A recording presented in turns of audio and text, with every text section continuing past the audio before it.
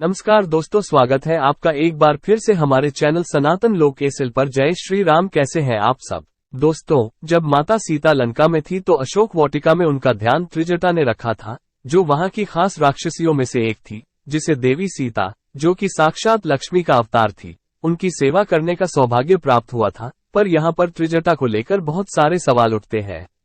जैसे राक्षसी होते हुए भी उसने देवी सीता को कोई नुकसान क्यों नहीं पहुंचाया? किसकी पुत्री थी त्रिजटा?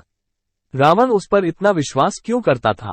आज हम आपको इन सारे सवालों के जवाब देंगे, लेकिन इसके लिए आपको त्रिजटा के पिछले जन्म में जाना होगा, जब वो सुलेखा नाम की एक बेहद खूबसूरत अप्सरा हुआ करती थी और इंद्र की सभा की शोभा मानी जाती थी।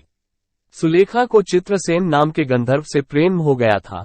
दोनों देवराज इंद्र के दरबार में नृत्य करके सभी का मन बहलाया करते थे। एक दिन नृत्य करते करते सुलेखा को ये आभास हुआ कि वो बहुत जल्द चित्रसेन से बिछड़ने वाली है, और वो रोने लगी। तभी सभा में नारद मुनि का आना हुआ। उन्होंने कहा, सुलेखा, तुम्हें रोने की जरूरत नहीं है। भविष्य में जो कुछ भी होगा उससे तुम्हारा भला ही होगा। सुलेखा ने उनसे पूछा, आखिर ऐसा क्या होने वाला है मुनिवर? मेरा मन बहुत घबरा रहा है। नारद मुनि ने कहा, भविष्य की बातें वर्तमान में नहीं की जाती है, इसलिए तुम चिंता न करो। इस बात ने सुलेखा के मन में चिंता और बढ़ा दी। ये सब देखते हुए एक दिन चित्रसेन सुलेखा के साथ पृथ्वीलोक घूमने गया। वहां का वातावरण देखकर सुलेखा बहुत खुश हुई। जैसे ही उसने झरने को देखा, उसके मन में वहां स्नान करने की इच्छा पैदा हुई। उसने चित्रसेना से कहा और दोनों उस झरने में जाकर नहाने लगे। एक दूसरे पर पानी डालकर दोनों नदी में हंसी ठिठोली कर रहे थे। वहीं पास में ही एक चट्टान पर बैठकर ऋषि दुर्वासा तपस्या कर रहे थे। बार बार पानी के छिटे उन पर भी पड़ रहे थे।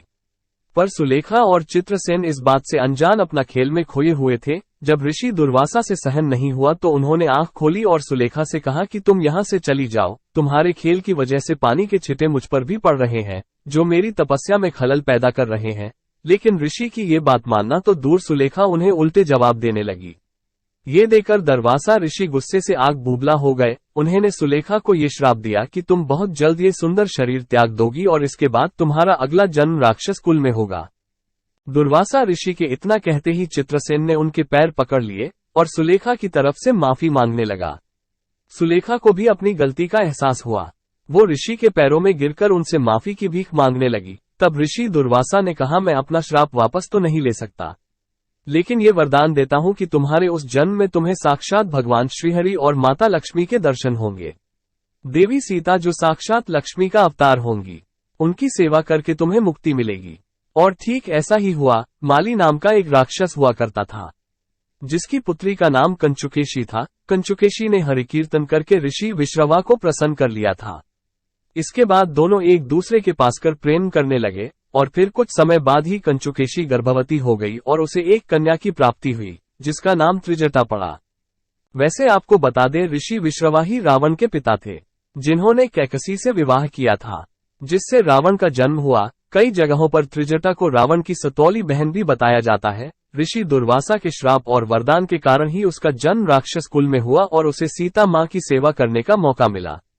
इतना ही नहीं, रावण वध के बाद जब सीता वापस श्रीराम के पास जा रही थी, तो त्रिजटा ने उन्हें बहुत अच्छे से सजाकर वापस भेजा था। श्रीराम से मिलने का बाद जब सीता मां ने प्रभु श्रीराम को त्रिजटा की सारी बात बताई तो वो बहुत प्रसन्न हुए।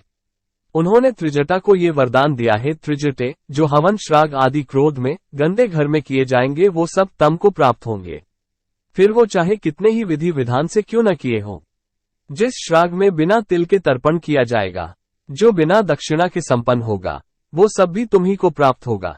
इसके अलावा भी प्रभु श्रीराम ने त्रिजटा को कई सारे वरदान देकर उसे धन्य किया।